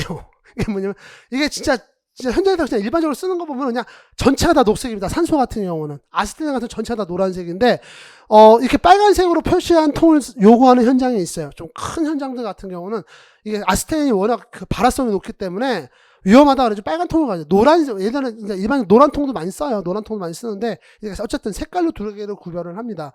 자, 그래서 앞쪽으로 다시 보시게 되면은, 안전수칙으로 옳지 않은 것은 그랬어요. 근데 여기서 여러분들이 딱 요거는 답이 아닌 거를 알고 나가셔야 돼요. 요거는 색깔로 구분한 건 맞습니다. 역화가 발생했던 산소 밸브를 닫는다라고 나왔죠. 왜? 여러분들 그 아세틸렌, 그러니까 사실 불꽃을 처음 점화시키는 건 아세틸렌 가스예요. 그래서 그 용접을 할 때 아세틸렌 가스를 먼저 틀고 그 다음에 산소로 불꽃을 조정하고 이제 이렇게 하거든요. 근데 아세틸렌 가스, 그 산소를 먼저 닫지 않고 아세틸렌 가스를 닫아버리면 산소가 계속 뿜어내는데, 산소는 보통 고압이란 말이야. 산소는 고압 많이 틀어요. 밸브가 많이 열려 있습니다. 일반적으로 고압이고, 아세틸렌 가스는 저압이거든요. 아세틸렌 가스 꺼도 이 산소만으로도 불꽃이 더 커지는 현상이 발생을 해요. 더 불꽃의 부피가, 온도는 그대로인데 온도는 좀 떨어지는데 불꽃이 더 커집니다. 얘가. 그래서 그래요. 산소 배분을 그래서 먼저 닫는 겁니다. 역화가 발생했을 때는. 자, 그럼 작업 완료 후에 산소 배분을 먼저 닫고 아세틸렌 배분을 닫는다 라고 나오죠. 자, 점화시. 그러니까 여러분 이거는 여러분 점화시가 아니라 얘는 작업 완료 후는 그 점화시가 아니라 뭐라 그럴까? 소화시. 소화시. 작업 완료. 작업 시작 시잖아요. 작업 완료 후에 산소 배분을 먼저 닫고 그 다음에 아세틸렌 배분을 닫는다는 거죠. 여러분들 이게 좀 혹시 여성분이 계시면 좀 죄송하긴 한데 남성들 같은 경우는 이제 군대에서 우리가 총기 조립하면은 맨 먼저 우리 고참들이 가르치는 게 뭐예요? 조립은 분해의 역순 이렇게 하잖아요. 역순으로 보시면 되겠죠. 그러면은 만약에 하게 되면은 점화할 때 작업을 시작할 때는 어떻게 되겠어요? 아세틸렌 배분을 열고 산소 배분을 열고 그게 되겠죠? 근데 여기는 산소 배분을 먼저 열린다고 하잖아. 둘 중 하나가 답이겠네. 그죠? 그러니까 차라리 여러분들이 요거 위에 1번, 2번 제끼고 이거 3번, 4번 둘 중에 하나 찍었다 그러면 그나마 난데 모를 수 있어요. 산소 다뤄보지 않은 친구들은 이건 또 그냥 말로만 또 이렇게 설명되어 있는 책들도 거의 없고 이런 문제 나온 적도 없고 나온 적이 있는지 모르겠지만 이렇게 뭐 잘 나오는 그런 패턴도 아니고 당황할 수 있는데 찍더라도 요 둘 중에 하나 찍으셔야지. 이 두 개가 서로 반대잖아요. 작업 완료는 산소가 1번, 아세틸렌이 2번. 그럼 얘가 먼저 가야 되는데 얘가 1번 가 있죠. 그러니까 둘 중에 하나 찍으셨으면 딱 좋았을 텐데 모르겠네요. 네. 17번입니다. 급속귀환기구 나왔어요. 쉐이퍼. 쉐이퍼에서 급속귀환기구 쓴다는 건 다 아실 거고. 자, 요거를 좀 보세요. 쉐이퍼 같은 경우는 메커니즘을 좀 이거는 묻는 문제. 쉐이퍼의 메커니즘을 묻는 문제인데 얘 같은 경우는 커터는 무슨 운동을 한다? 절삭공은 왕복 운동을 하는 램에 의해서 장치되고 왕복 운동 이게 어떤 왕복이냐? 수직 왕복 운동입니다. 공작물은 상하 좌우로 움직입니다. 상하 좌우 얘는. 그래서 테이블 위에 고정된다. 요게 가장 중요한 내용이죠. 그래서 바이트의 이동 방향의 평행의 공작물이 따라 이동하는다는데 여러분 만약 이걸 몰랐다고 칩시다. 나 이건 몰랐어요. 선생님이 맨날 뭐 쉐이퍼, 플레이너, 슬로터 이거 설명 안 해줬잖아요. 그럴 수도 있어요. 설명 안 했는지 안 했는지는 뒤에 가서 보면 나옵니다. 근데 여러분들 이걸 한번 볼게요. 바이트라는 말이 나왔죠. 아까 제가 선반에서 쓰는 게 뭐라 그랬대? 바이트라고 했잖아. 단인 공구. 얘는 형상 가공기, 쉐이퍼 아닙니까? 근데 쉐이퍼에 바이트 쓴다. 일단 거기서 체크하셔도 되고 두 번째, 이동 방향의 평행의 공작물이 이동하게 가공한다 나왔어요. 그럼 보세요. 그 얘기는 뭐냐면은 공작물이 이렇게 돼 있다. 홈을 팔 거야. 그러면은 바이트의 이동 방향이 어때? 이렇게 가고 얘는 이렇게 온다는 얘기죠. 일단 바이트란 말도 틀렸지만 이렇게 움직이는 건 뭐예요? 상향절삭, 하향절삭. 우리 상향절삭이죠. 네, 상향절삭 방향이죠. 어디요? 밀링 얘기하는. 이거는 그러니까 여기 지금 이 보기는 밀링 선반이 다 들어가 있어요. 여기 안에. 밀링 선반 메커니즘이 다 들어가 있는. 하나씩 다 떼어 붙였어요.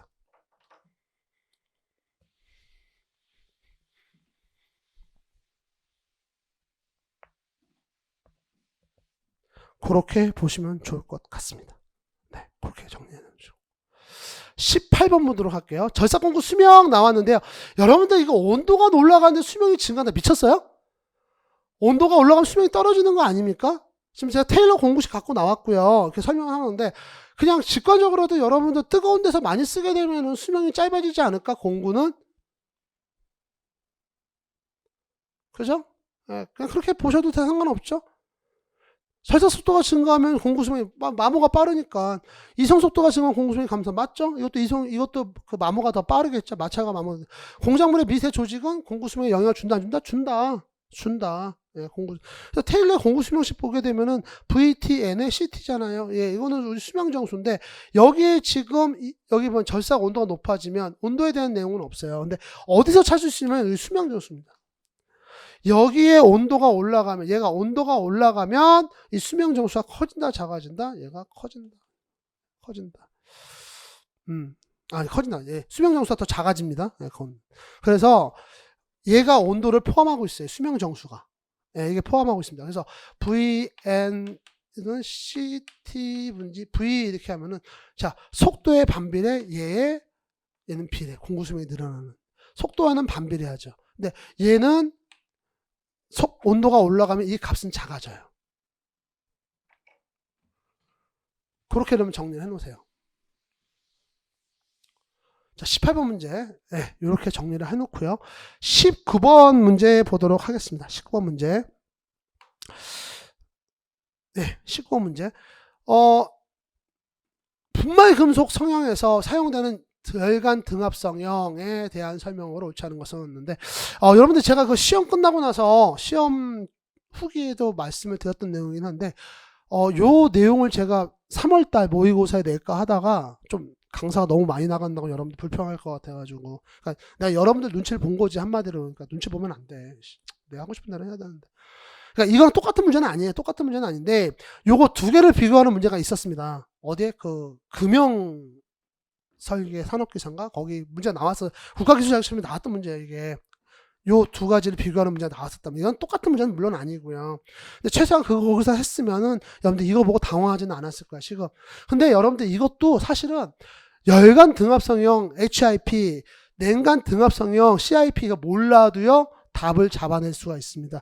이렇게 보시면 돼요, 여러분들. 열간 등압성형이잖아요. 열간이라고 했으면 제격적 온도 이상이겠어요. 물론 여기서 말하는 열간, 냉간은 조금 다를 수가 있어요. 제격적 온도라는 개념 자체가 조금 다를 수 있는데, 어쨌든 우리가 알고 있는, 기존에 알고 있던 개념으로 본다면 열간 그러면은 제격적 온도 이상, 냉간 그러면 제격적 온도 이하, 이렇게 보셔야 되겠죠. 그죠? 그러면 온도가 굉장히 높은 성형이에요. 높은 성형입니다. 그러면 거기에다가 물을 사용해서 압력을 준다? 등압이잖아요. 압력을 준다는 얘기잖아요. 그 뜨거운 그 제품에다가 물로 압력을 가한다? 터트릴 일 있습니까? 무슨 증기 사이클이에요? 증기유유 아닙니까? 금형이 틀 터져요. 이거죠. 이거예요. 나머진 여러분 모를 수 있습니다. 나머진 모를 수 있습니다. 이게 너무 명확한 답이 되는 거죠. 가압재료. 그래서 일단 우리가 요거는 말 나온 김에 이것도 한번 볼게요. 여러분들 우리가 이게 여기서 중요한 거는 분말 금속 성형이라는 거하고 열간 등압 성형이라는 거예요. 이게 왜 중요하냐면은, 분말을 갖다가 우리가 어떤 형태를 만들려고 했을 때, 분말을 갖다가 요런 틀에다가 놓고, 요런 이제 여기다가 이제 이렇게 내가 원하는 모양이죠. 모양으로 만들어가지고 틀에다가 분말을 채운 다음에 여기다 압력을 가해서 일단 1차 성형을 합니다. 성형한 다음에 어떻게 해요? 고온 고압으로 찌면, 고온 고압 상태에서 얘를 갖다가 쪄요. 찌면은 이제 그게 소결 제품으로 나오는 거죠. 소결 제품 나옵니다. 근데 여기서 고온 고압으로 찐다 그랬잖아요. 압력을 어떻게 줄 거냐? 이 상태에서 그대로 이 압력, 고온 고압 탱크에 들어가면 압력이 어떻게만 작용합니까? 여기서만 작용해요. 여기 왜? 겉에는 틀이 있으니까. 그러면 일단 우리가 일축 압력 성형 이렇게 얘기해요. 여러 가지 단점이 나온다는 거죠. 한쪽에서만 압력을 가니까 얘가 다른 방향으로는 성형 불량이 나오는 경우가 굉장히 많다는 얘기예요. 그래서 얘를 갖다가 한번 생각하고 보자. 3축 방향으로 다 힘을 줄 수 없을까? 생각을 한 게 등압 성형 방법입니다. 근데 이런 방법이 여러분들 성형에 우리 소송 가공에 두 개가 있어요. 하나, 첫 번째 뭐냐면은 여러분들 압출. 그렇죠. 입말에는 압출해서 정수압 압출이라고 있습니다. 정수압 압출이라고 기억나시죠? 그거 하나 있고, 그 다음에 우리 프레스 가공에서 뭐가 있습니까? 하이드로닉 포밍이라고 있습니다. 마품법은 아니고 하이드로닉 포밍이 있습니다. 똑같은 원리예요. 똑같은 원리입니다. 여러분들 일단 그렇게 기억하시면 되고요. 그래서 얘는 원래 정수압 성형이라고 해도 돼요. 근데 정수압이란 말을 몰래 물 숫자잖아. 우리는 헷갈리죠. 또 우리 기계쟁이들 따질 수 있죠. 그러니까 얘는 뭐야? 등압 성형이라고 이름을. 그래서 얘는 정수압 성형이란 말을 안 씁니다. 그래서 안 쓰는 거예요. 냉간 냉간, 열간, 여기 열간에서는 아르곤가스 사용한다는 거. 그래서 여러분 아르곤가스 쓰던 말던 일단 물은 아니라는 거. 그렇게 보시면 되겠죠. 자, 20번 들어갈게요. 자, 수치에 대한 설명으로 옳지 않은 것은 나왔죠? X자 딱 치고 시작합시다. 자, 여러분들 이 문제 같은 경우는 여러분들이 혹시 수차 쪽을 좀 정리를 해놓으셨는데 해놨더라도 못 풀 수가 있어요. 왜냐면 이게 범위가 넓기 때문에 여러분이 수차의 종류 정도만 정리를 해놨다. 그래도 둘은 날릴 수가 있습니다. 3, 4번의 게임이 돼요. 근데 아예 난 수차를 안 했다. 수차를 아예 안 하고 난 펌프만 연락에 했다. 그러면은 좀 대책이 없습니다. 대책이 없는데 제 가정을 하나 할게요. 만약에 여러분들이 수차에 대해서 종류라도 정리해 놓으신 분들이 있다. 외워서라도 여러분 외우는 거 좋아하니까 해 놓으신 분들이 있다. 그러면 3, 4번 중에 하나거든요. 근데 여러분들 수차의 이론 출력 나왔잖아요. 지금 비중량, 유효낙차, 유량의 곱으로 표현할 수 있다 나왔잖아요. 이거 다 곱해버리시면 요건 곱해볼게요. 뉴턴 퍼 미터 3승 곱하기 유효낙차 미터 곱하기 메타 3승 퍼 세크 나왔잖아요. 요 약분되죠? 여러분들. 아이고. 네. 슬라이드 확 넘어갔네요. 네. 요거 보기 쉬우면 요거 약분되죠? 약분되죠? 약분되죠. 자, 그럼 뭐 나왔습니까? 뉴턴 미터 나오죠? 이거 뭡니까? 1이죠? 1. 시간으로 나눠졌어요. 이거 어떻게 보면 됩니까? 뉴턴 V로 나눌 수 있죠. 속도. 그렇죠? 그러니까 힘 곱하기 속도로 표현될 수 있죠.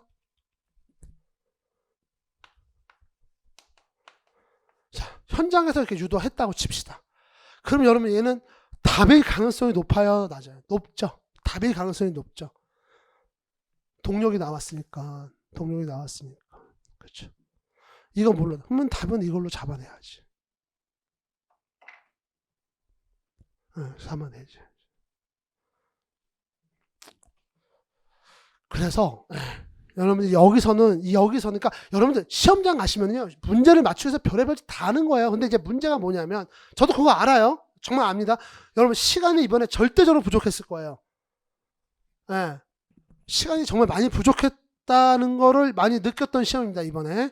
그래서 좀 부족할 수는 있는데 어쨌든 뭐 수료 효율 이건 여러분 따로 정리 이건 뭐 제가 해놨으니까 이거 따로 정리해 놓으시면 되고 저 같으면 답을 그렇게 찾겠다 이거죠. 3번으로 난 그렇게 찾아가겠다.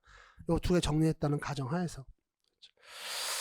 자, 요렇게 해서 일단은 여러분들 오늘 좀 드릴 말씀이 많기 때문에 좀 빨리 이 20문제 해석 강의를 빨리 마쳤고요. 요거 마치면서 저한테 이번에 이거 해석 강의 준비할 때 많이 좀 도움을 주신 선생님이 계셔가지고 잠깐 이 기회를 빌어서 고맙다는 말씀을 좀 드리도록 하겠습니다. 우리 해커스 자격증에서 기계설계 강의하신 이지현 선생님 이번에 이거 강의 준비하는데 기계 일반뿐만 아니라 기계 설계할 때도 많이 도움을 주셨어요. 그래서 이 정도의 강의 자료가 나온 겁니다. 문제 풀이도 했고. 자, 그러면 이제 마지막으로 여러분들 이제 시험 해설은 끝났고 제가 여러분들 아까 드렸던 말씀입니다. 할 얘기가 많다 그랬는데 시험 강평을 할게요. 일단 여러분들 이번에 나왔던 우리 기계 일반 정말 말 많거든요.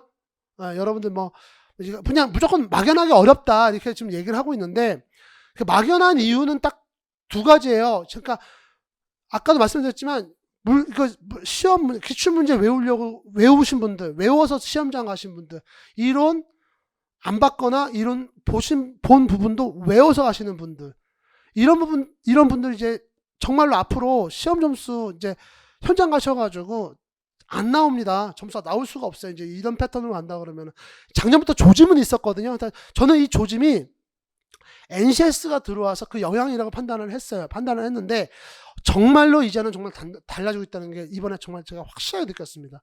이 시험 문제 보면서. 그리고 문제가 좋아요. 과거보다 좋습니다. 어떤 부분에서 여러분한테 고민을 시키는 문제들이에요. 정말로. 그러니까 여러분들 입장에서는 낯선 거지 얻은 건 아닌데, 하지만 기본적으로 이론을 갖다 여러분이 정립을 해놓으신 분들은 현장에서 그거 갖다가 그 레고 조립하듯이 맞춰나가셔야 돼요. 이제는 맞춰나가셔야 됩니다. 그래서 그럼에도 불구하고 여러분들이 풀기 힘들었던 문제는 있어요. 그거 찍어드리겠습니다. 여러분들 이번에 기계 일반의 10번 문제, 아까 우리 FC 상태 나왔던 거, 이거는 좀 힘든 문제. 그러니까 이거는 찍어도 만약에 찍었으면 내가 공부를 못해서 찍은 게 아니라 문제가 그런 겁니다. 그러니까 너무 걱정하지 마시고, 그 다음에 16번 문제, 아까 산소 아세틸렌 용접 나왔던 거, 그거 여러분들 찍을 수 있고, 19번 문제는 좀 호불호가 갈려요. 저는 아까 너무 쉽게 설명을 했지만 사실상 여러분들 같은 경우는 지금 또 외워서 가시는 분들, 외워서 지금 뭔가 하려고 하는 분들 같은 경우는 정말 난감한 문제입니다. 19번 같은 경우. 근데 그 등압, 열간이라는 말과 물의 성질을, 그러니까 그 열처리의 별도로 물의 성질이나 이런 걸 가지고 여러분들이 공부를 하신 분들, 이해를 하고 계신 분들한테는 너무나도 쉬운 문제였고, 이건 호불호가 아니에요. 19번 문제. 이렇게 세 문제가 여러분들한테 좀 어려운 문제였을 거고요. 여기 있는 내용들 다 낯설지만, 그러니까 이건 이제 제 기준입니다. 지금부터는 제 기준이에요. 그래서 제 수업을 안 들으셨던 분들은 그냥 지금부터 이제 스킵하셔도 상관없습니다. 지금부터 스킵하시고 그냥 요 다음에 우리 지방직 대응 방향 나갈 거니까 그거부터 들으셔도 상관없어요. 일단 여러분들 1번 문제 볼게요. 1번 문제. 필렛 용접 제가 언제 2020년 9월 예상적중 모의고사 작년에 했던 겁니다. 작년 9월에 예상적중 모의고사에서 해설 강의를 했던 거예요. 그러니까 이거 말고도 물론 했죠. 근데 거의 문제까지도 똑같아요. 예. 그리고 나왔던 이 보기도 3개가 똑같습니다. 그래서 설명하고 있잖아요. 그땐 그림이 없었어요. 만들었어요. 그 이후에 만든 겁니다. 그래서 돼지코 2개 지금 제가 하고 있는 거 보이시죠? 예. 요거 제가 설명했던 내용이고 모의고사에도 나왔던 문제예요. 자, 4번 문제 좀 볼게요. 지금 나머지 2번, 4번 같은 경우는 뭐 제가 따로 설명할 게 없습니다. 이거는. 예. 이거는 정말 설명할 게 없습니다. 자, 여러분들 그 써진 형상 있잖아요. 제가 써진 형상 이거 수업에 설명하면서 발생 원인, 방지법, 여기 별표 친 거 보이세요, 지금? 빨간색 분표. 제가 빨간색 분표 잘 안 쓰잖아요. 이거 하면서 제가 설명을 하고 있습니다. 그러면서 막 배관 막 이렇게 얘기하면서. 예. 연락을 설명하고 있죠. 자, 그 다음에 5번 문제 볼게요. 예, 이거는 조금 오래된 문제긴 해요. 예, 작년 5월에 있다. 그러니까 제가 설명을 안 했다는 게 아니라 여러분들하고 공부를 했고 기출문제, 과거에 기출문제 풀면서 했을 텐데 일단 제가 캡처를 빨리 좀 캡처를, 이거 저도 수업 준비를 해야 되니까 딸 수 있는 게 그나마 2022년 5월 달에 해설 강의했던 게 있더라고요. 그래서 내열형 알루미늄 합금이 나오잖아요. 근데 여러분 지금 5번 문제 같은 경우는 사실 여러분들, 이거 그냥 알루미늄 합금에 대한 설명이잖아요. 근데 여기 보시면 코비탈륨, 두랄루민, Y 합금, 로엑스 다 나오면서 여기에 이런 내용이 나옵니다. 두랄루민 같은 경우는 뭐뭐뭐 합금이다. 이런. 예. 나오죠.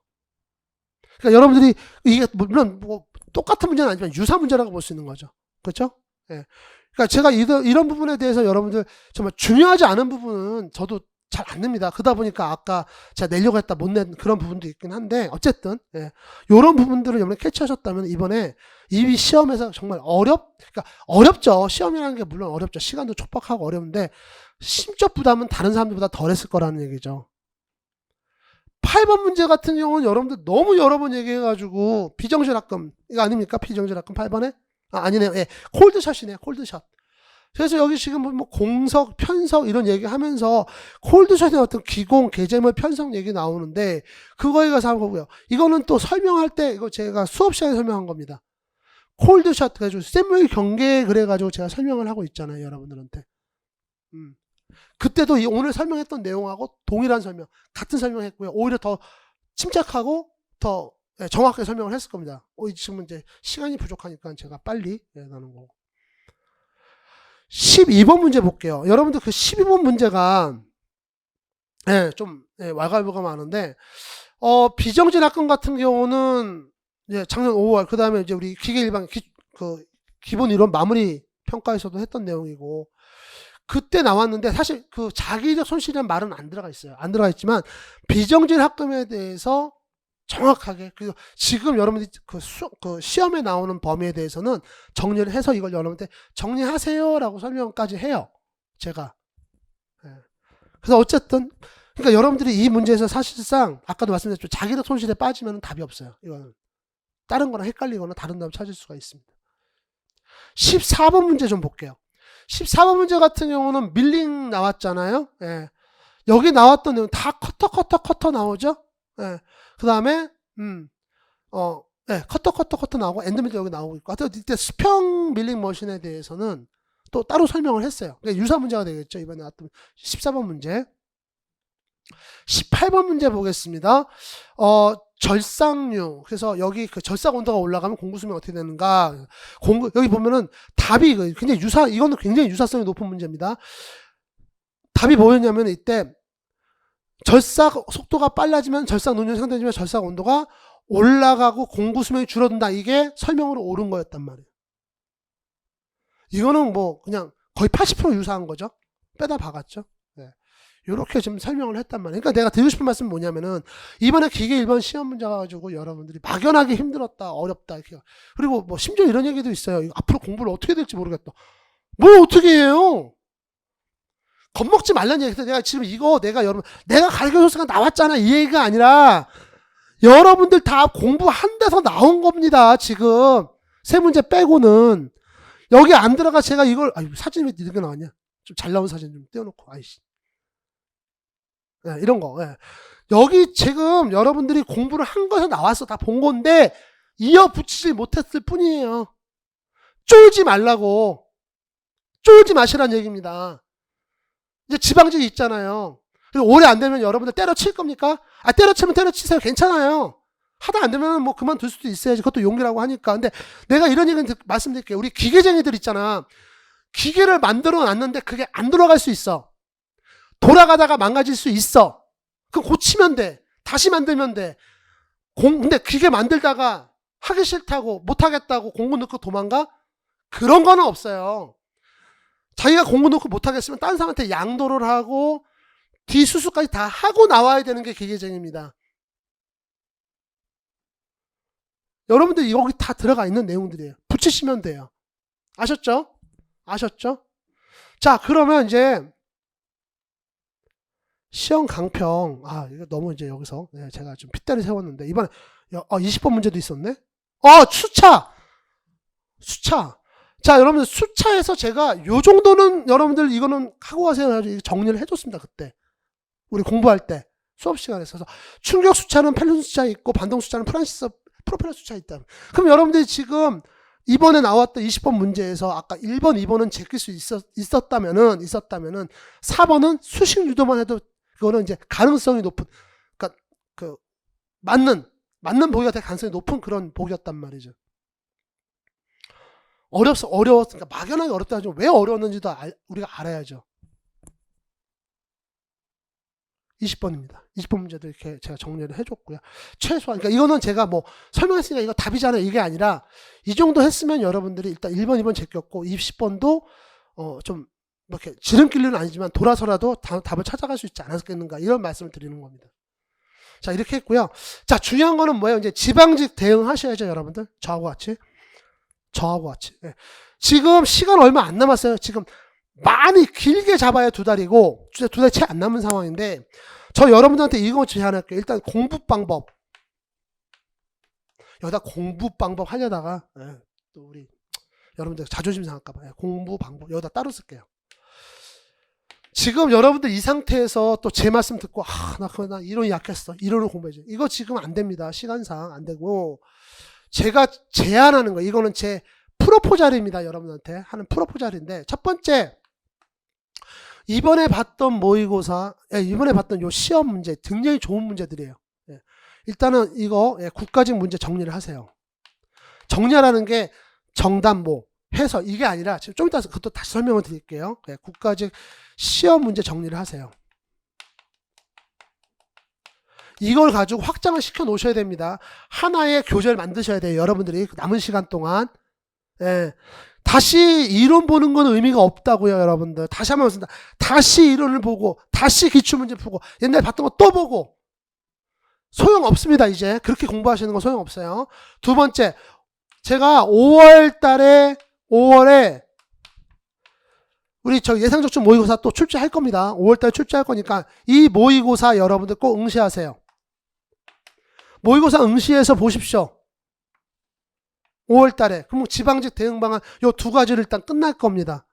이때 이 모의고사 문제 정말 여러분들 제가 이번에 작정하고 여러분들 목소리에서 악소리 나오게끔 한번 내가 내보려고 하니까 응시하십시오. 해설 강의 듣고 해설을 듣고 공부를 하셔야 됩니다. 제가 이게 지금 해설하는 걸 갖다가 다 해설을 못 따라놔요. 해설은 어떤 기출문제도 그 해설이 정확하게 모든 걸 다 하고 싶은 그 어떤 저자, 예, 그 강사의 어떤 그 의도를 다 못 담아요. 다 쓰면 그 책이 얼마나 두꺼워지겠어요. 그러니까 이렇게 해설을 따로 하는 거지. 자, 그러면 이제 어떻게 확장해 나갈지 알려드리겠습니다. 여러분 1번 문제 좀 볼게요. 1번 문제 이제부터 이제 다시 시험지 들어갑니다. 1번 문제 보시면 용접 들어갔죠. 지금 비드, 그루브, 더썰로니, 오케이, 좋아. 여기까지 딱 정리해 놓으시고, 용접, 대표적인 특수용접도 있어요. 특수용접 있습니다. 지금 적으세요, 이거. 대표적인 특수용접 있습니다.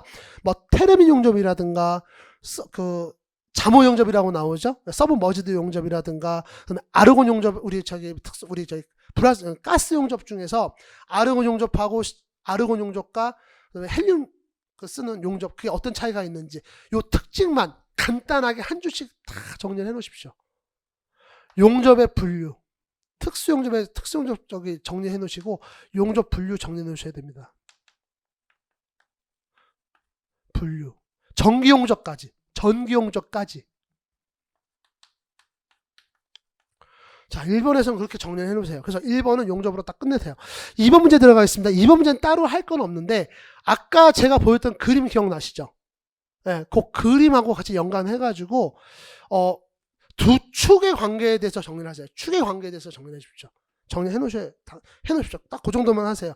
3번은 없습니다. 3번은 뭐 따로 정리하실 거 없고, 4번 보시게 되면은, 각각 여기 지금 보기 나온 거 지금 써진 빼고요. 공동화 현상, 오일 포밍, 추력 현상이 있잖아요. 요거를 따로 다 정리를 해 놓으십시오. 그러니까 코멘트를 다 달아 놓으세요. 지금 4번 같은 경우는, 자, 4번 문제 같은 경우는 그 각각의 지금 1번부터 4번까지의 보기가 단독 문제로 충분히 출시되어 있는 애들이에요. 코멘트를 다 달아 놓으십시오. 길게 달아 놓지 마세요. 길게 모르니까 여러분 자꾸 길게 쓰는 거야. 보고 이해를 하면은 간단하게 한 줄 요약해 놓으셔야 돼요. 그것까지가 공부입니다. 6번 나왔죠? 6번 나왔는데 6번에서는 따로 정리할 부분은 없습니다. 단 여러분들 그 펄 트루전법이라고 있어요. 5번 문제.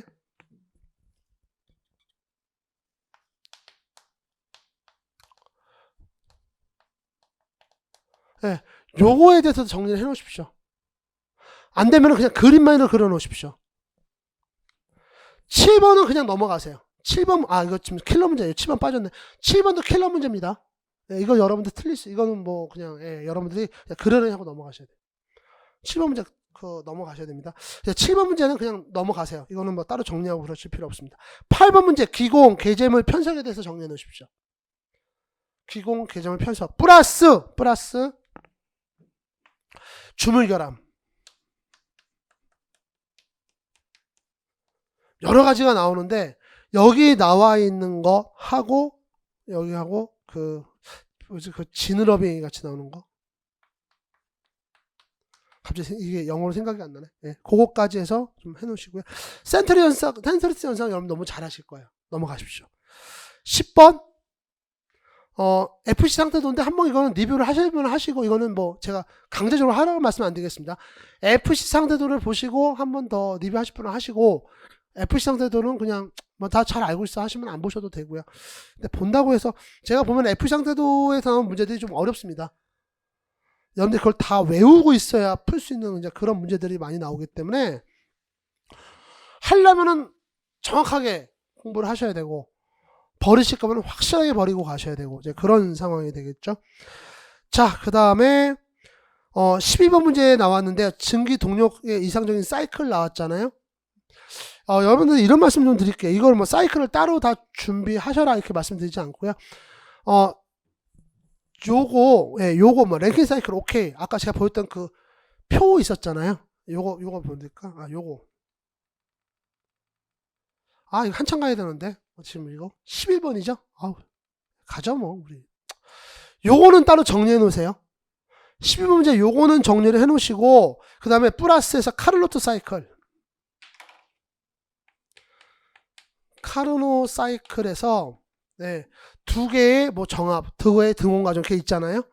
그게 뭐뭐인지 각각의 과정이 뭐뭐인지 그 사이클별로 정리해 놓으시면 딱 그 정도만 해주시면 되고요. 열 효율 구하는 거. 이렇게 정리해 놓으십시오. 더 이상 나가지 마십시오. 이렇게만 정리해 놓으십시오. 12번에서 여러분들이 정리해 낼 거는 요겁니다.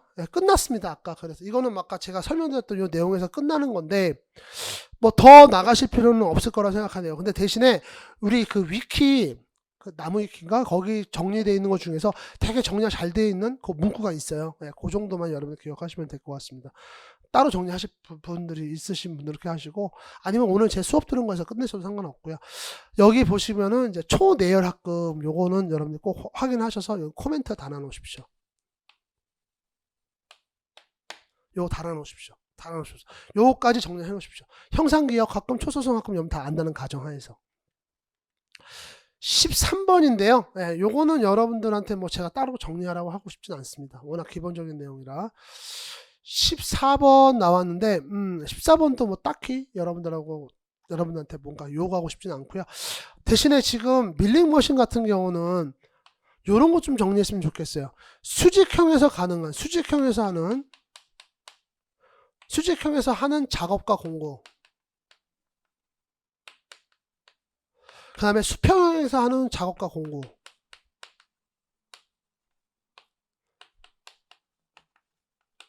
요거는 좀 따로 이렇게 표를 만들어 가지고 따로 좀 정리를 해 놓으시면 좋을 것 같아요. 15번 보겠습니다.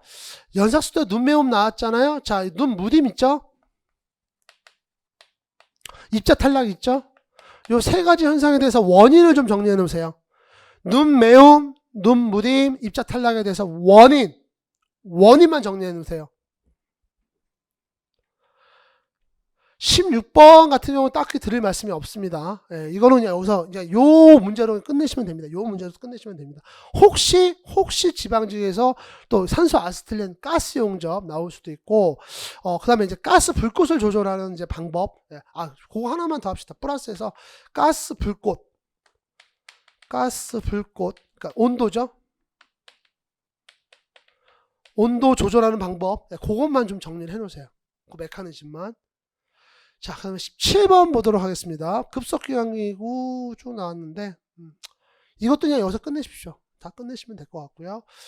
18번 이것도 여기서 끝내시면 되고요. 19번 나왔는데 여기서 냉간 등압성형, 열간 등압성형 여러분들 여기서 한번 정리를 해 놓으시고 요 두 개의 특징이 있습니다. 열간 등압성형과 냉간 등압성형에 좀 차이가 있어서 그거는 여러분들이 좀 따로 정리를 하셨으면 좋겠습니다.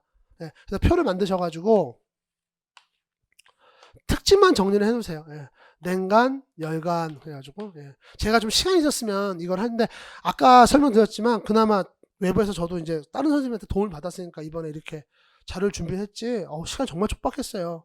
이런 것도 내가 만들어주면 좋겠는데 너무 바빴습니다. 미안합니다. 어쨌든 이건 여러분 따로 좀 정리를 해놓으시면 좋을 것 같아요. 그 다음에 마지막 20번 있는데 수차 이거 정리하시면 되고요. 수차 정리하시면 되고 두 번째 플러스 펌프까지 같이 정리하십시오. 자, 그러면 이번 문제를 갖고 여러분들 이렇게 정리해 놓으시고 다음에 5월달 모의고사 보시고 정리하시고 하면은 지방직 준비는 기계는 그걸로 마무리하는 걸로 했으면 좋겠습니다. 오늘 해설 강의는 여기까지입니다. 다시 한번 여러분들 시험 보느라 고생하셨고 결과에 상관없이 여러분들 정말 잘 했다고 저는 말씀드리고 싶어요. 수고하셨습니다.